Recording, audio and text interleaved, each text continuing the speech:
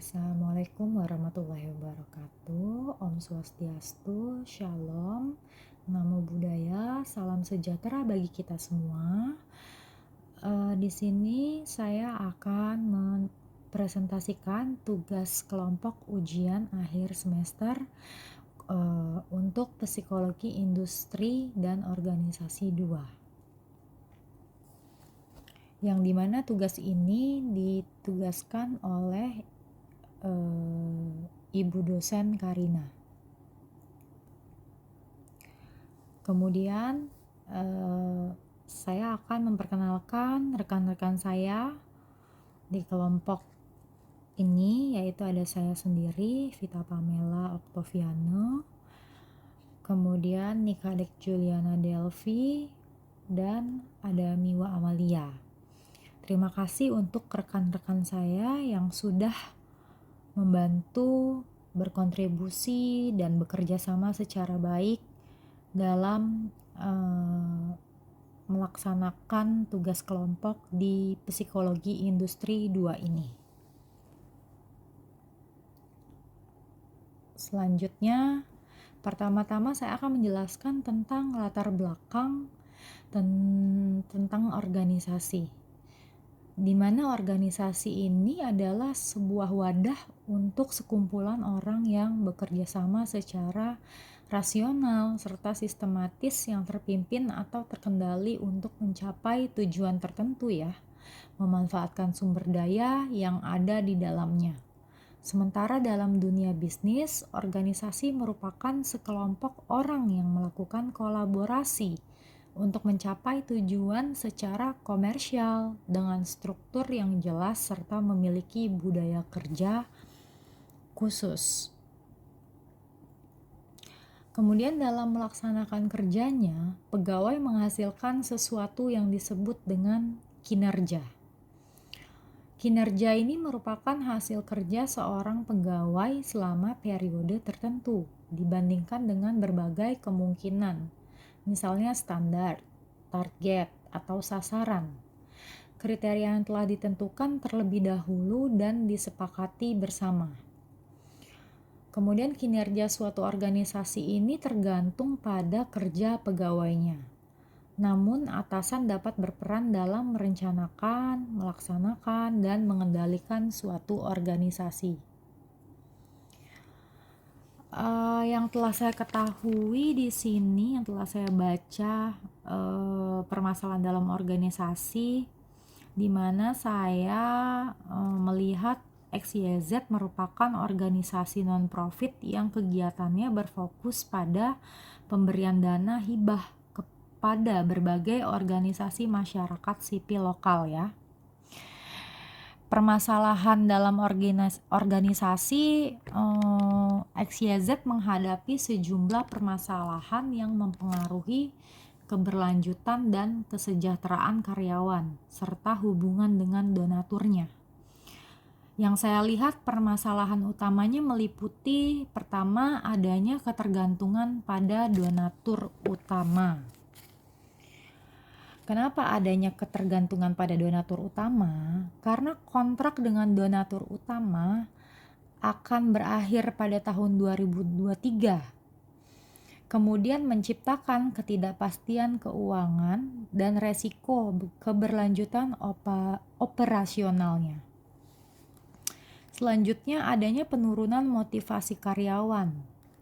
Di sini kita melihat bahwa karyawan mengalami penurunan motivasi akibat penyesuaian kompensasi yang tidak sesuai dengan beban kerjanya, serta suasana kerja yang kelihatannya kurang nyaman. Kemudian ada ketidakhangatan hubungan antar karyawan. Yang saya lihat dan analisa di mana karyawan ini ditugaskan ke daerah-daerah yang mengakibatkannya kurangnya interaksi dan hubungan yang erat di antara karyawan, sehingga mempengaruhi suasana kerja di kantor ya. Kemudian selanjutnya ada ini tadi sudah, dan ada ada prioritas permasalahan dan alasan kelompok.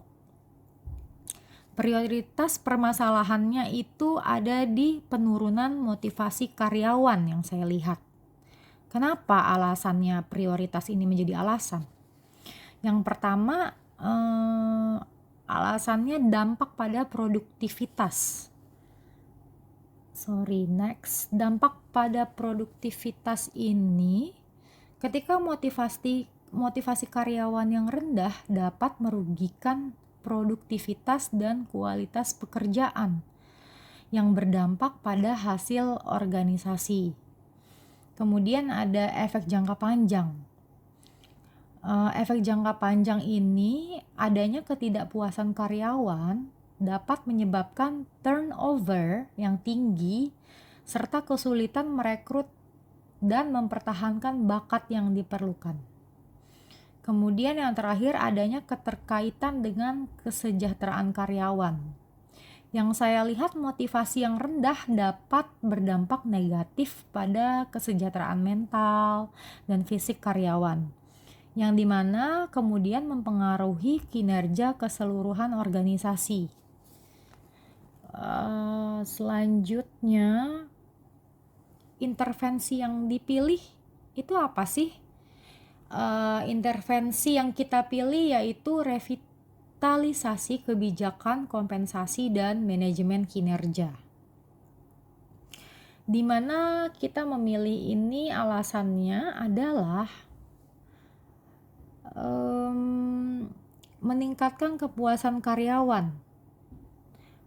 Perbaikan dalam kebijakan kompensasi akan meningkat kepuasan karyawan, mengatasi ketidakpuasan yang telah diungkapkan, kemudian mendorong kinerja. Mendorong kinerja di sini merupakan sistem manajemen kinerja yang efektif dapat memberikan penghargaan kepada karyawan yang berkinerja tinggi, meningkatkan motivasi dan keterlibatan. Selanjutnya, menyesuaikan dengan beban kerja.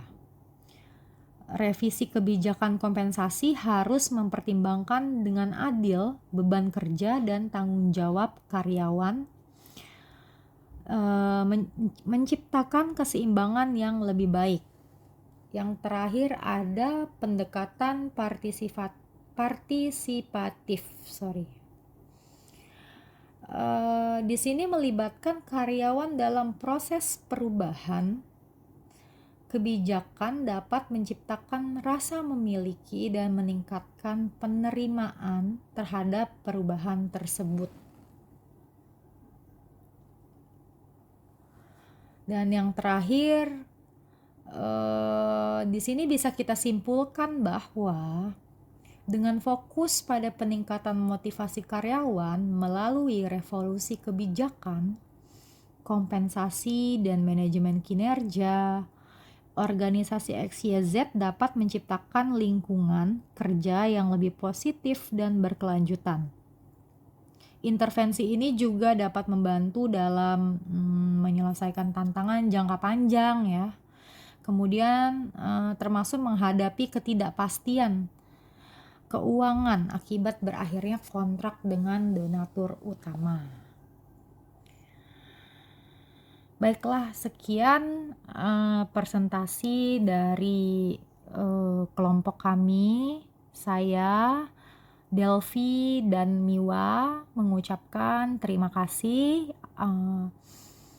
Mohon maaf apabila ada kekurangan, dan apakah ada pertanyaan bisa langsung memberikan komen di kolom komentar ya.